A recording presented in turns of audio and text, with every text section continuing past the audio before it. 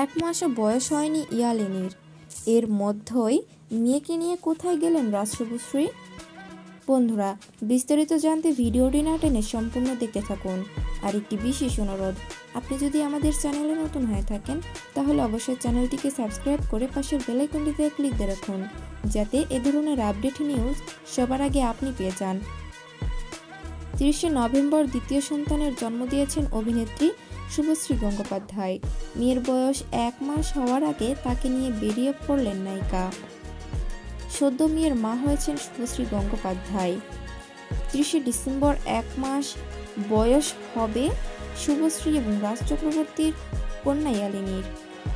এখনো পর্যন্ত ইরফানের বোনকে কেউ দেখেননি, তবে মেয়ে হওয়ার পর বাড়িতে বন্দি নন নায়িকা। হাসপাতাল থেকে ছাড়া পাওয়ার পর থেকে নায়িকার নানা ছবি দেখেছেন দর্শক। এর মাঝে নিজের ভুলবাদলের জন্য পার্লারে গিয়েছিলেন তিনি। 2 ছেলে মেয়েকে নিয়ে ক্রিসমাসে কি পরিকল্পনা রাজ শুভশ্রীর?